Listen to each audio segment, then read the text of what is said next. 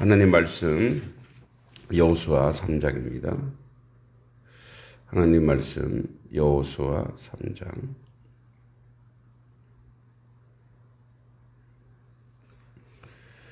4절로 6절까지입니다. 여호수아 3장 4절로 6절까지 같이 한번 읽어보겠습니다. 그러나 너희와 그 사이 거리가 2000규빗쯤 되게 하고 그것에 가까이 하지는 말라. 그리하면 너희가 행할 길을 알리니 너희가 이전에 이 길을 지나보지 못하였음이니라 하니라. 여호수아가 또 백성에게 이르되 너희는 자신을 성결하게 하라. 여호와께서 내일 너희 가운데에 기이한 일들을 행하시리라. 여호수아가 또 제사장들에게 말하여 이르되 언약궤를 메고 백성에 앞서 건너라 하매 곧 언약궤를 메고 백성에 앞서 나아가니라. 아멘. 이제 어제와 연결하여서 하나님께서 여호수아에게 이르러 이제 여호수아의 언약궤를 앞세워서 한 발자국 한 발자국 나아가라. 그리고 3일 동안 유숙할 때도 하나님 앞에 기도하면서 하나님의 응답을 바라보고 나아갔죠.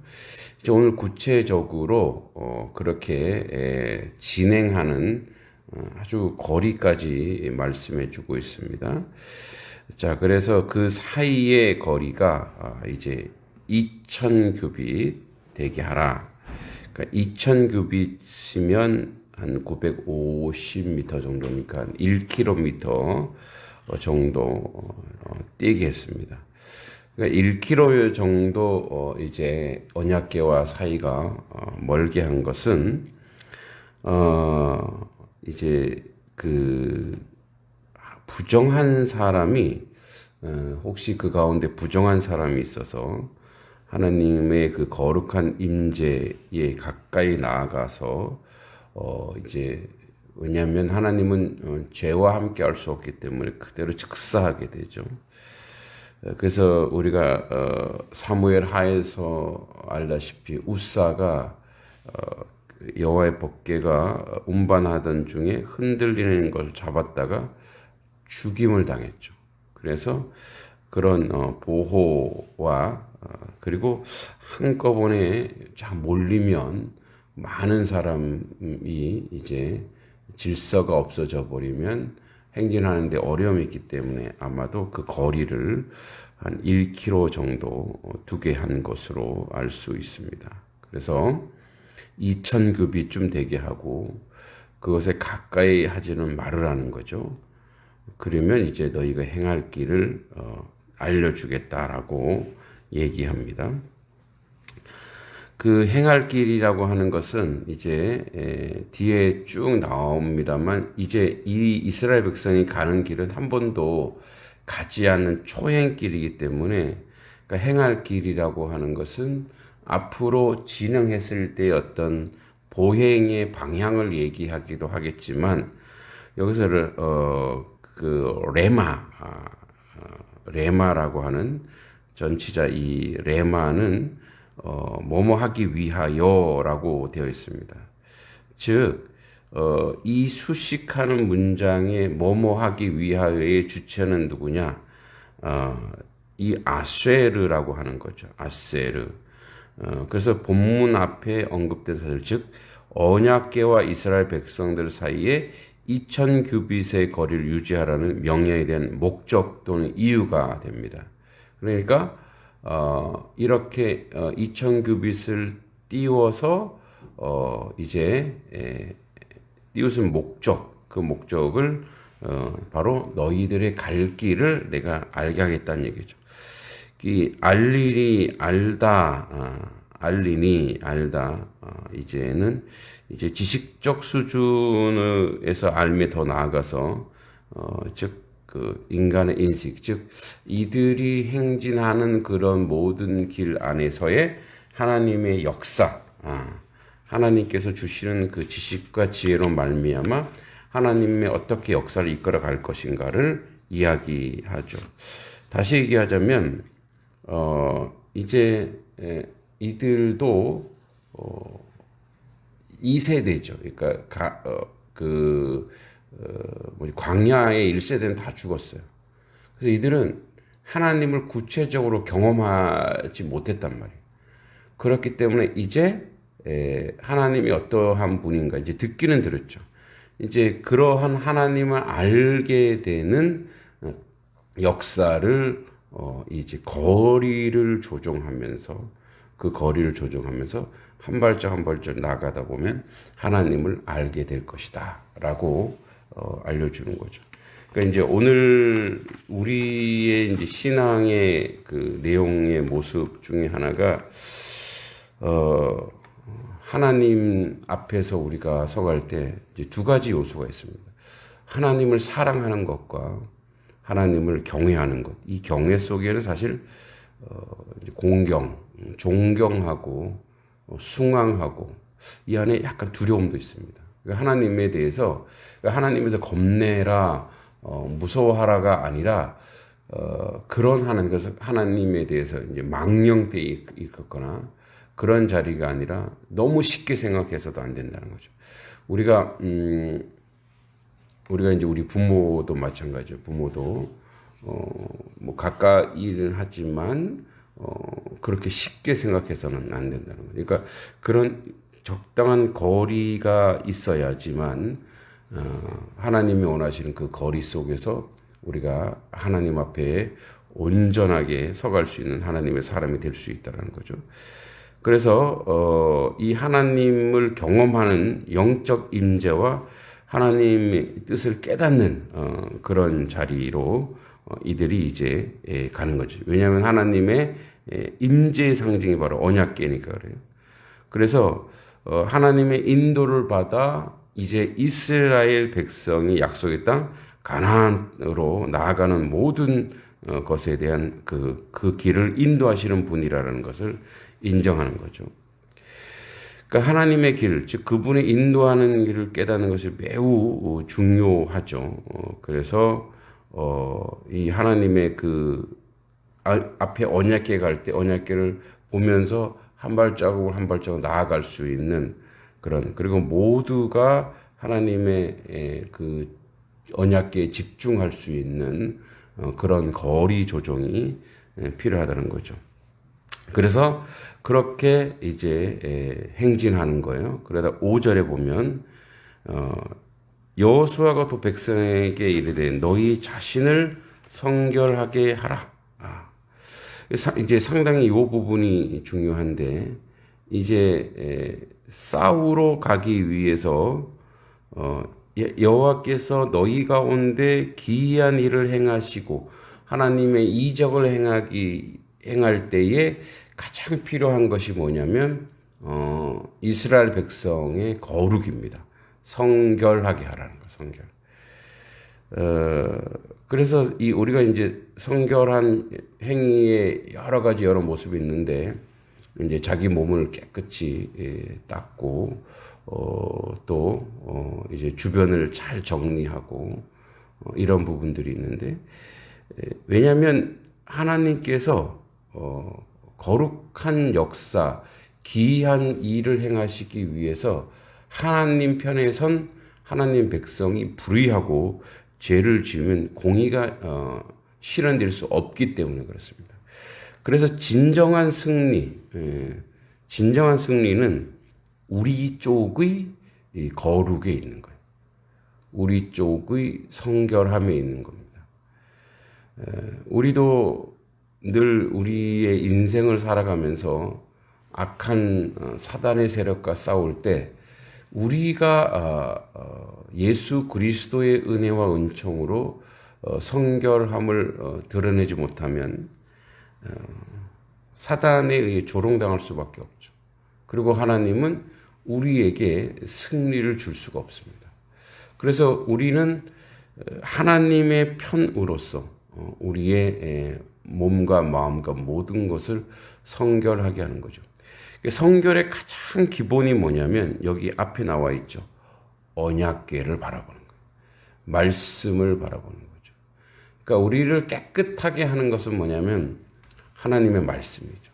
그 말씀을 묵상하고 말씀대로 살고, 그러니까 우리는 언제든지 죄에 노출되는 인생일 수밖에 없음에도 불구하고 하나님이 우리에게 날마다 씻어주시는 은혜, 성결케 하시는 은혜, 거룩케 하시는 그 은혜가 우리 가운데 있습니다.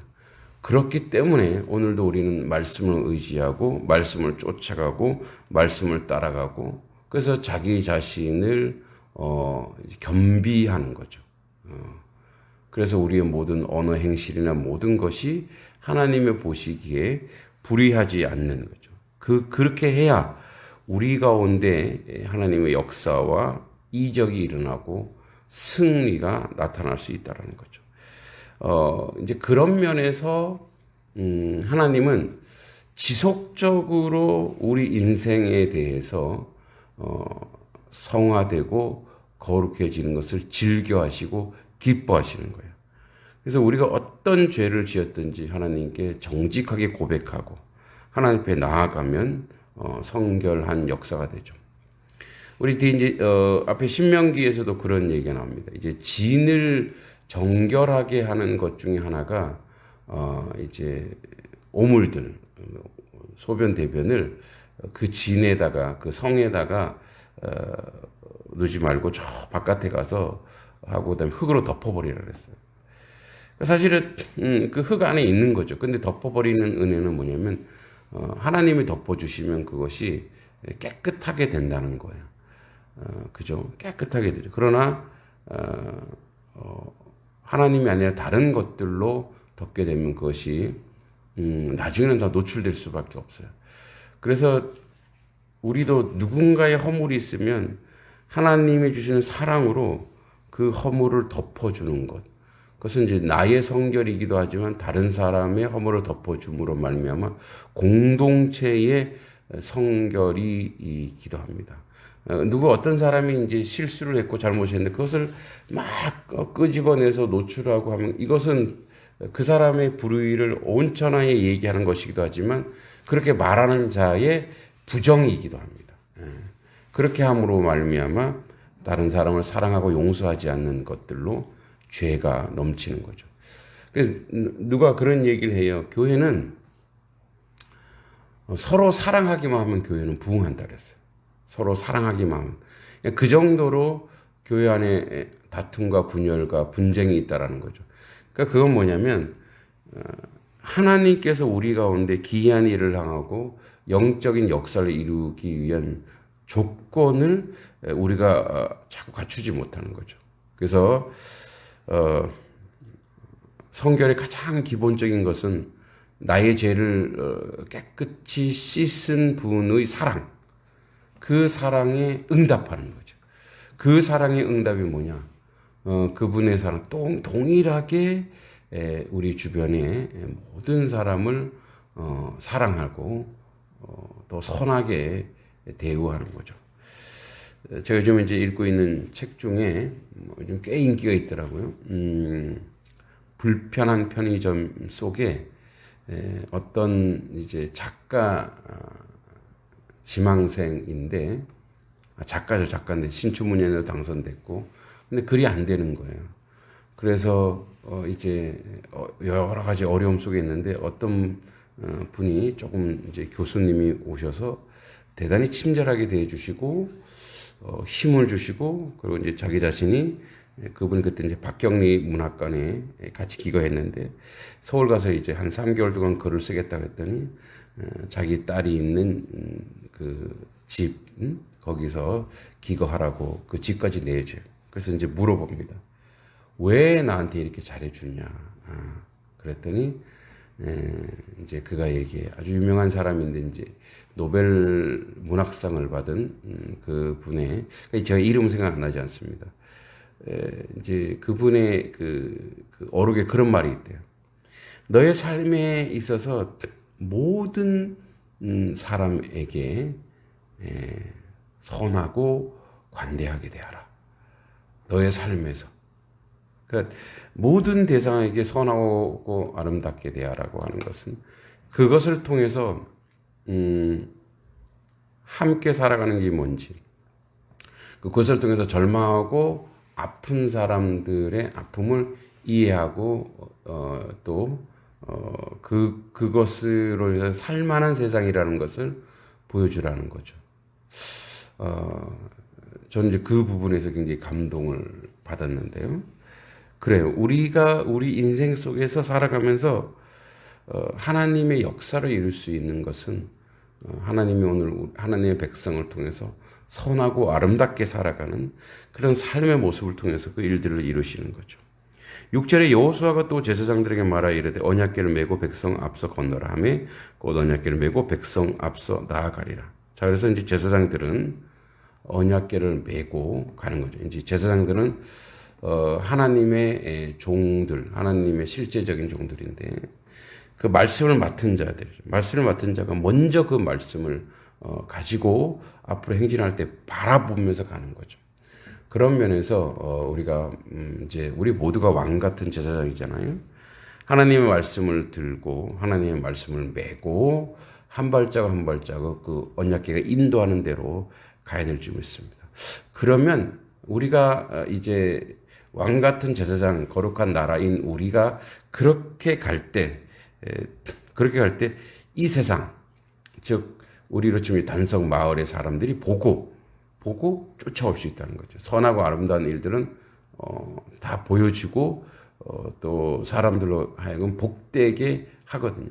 그래서 그들 모두가 하나님의 그 거룩한 가나안 땅, 구원의 땅으로 갈 수 있다라는 거죠. 그런 면에서 우리가 말씀을 맡은 자로서, 말씀을 행하는 자로서 행동하고 서갈 때 얼마나 아름답고 복된 역사가 우리 가운데 나타날지 우리가 기대하고 고대하는 그런 삶이 되어야 되겠습니다. 하나님은 거룩할 때, 우리가 성결할 때, 즉 말씀 가운데 온전하고 바르게 서갈 때, 그리고 말씀을 행하고 실천하고 말씀의 가장 핵심적인 그 사랑을 우리 가운데 세워나갈 때 하나님은 우리를 축복하시고 주의 은혜 가운데 세우시고 인도할 줄 믿습니다. 그러한 하나님의 백성, 하나님의 자녀 되기를 간절히 소원하고 기도합니다. 오늘도 우리 함께 기도함으로 나아가기 원합니다.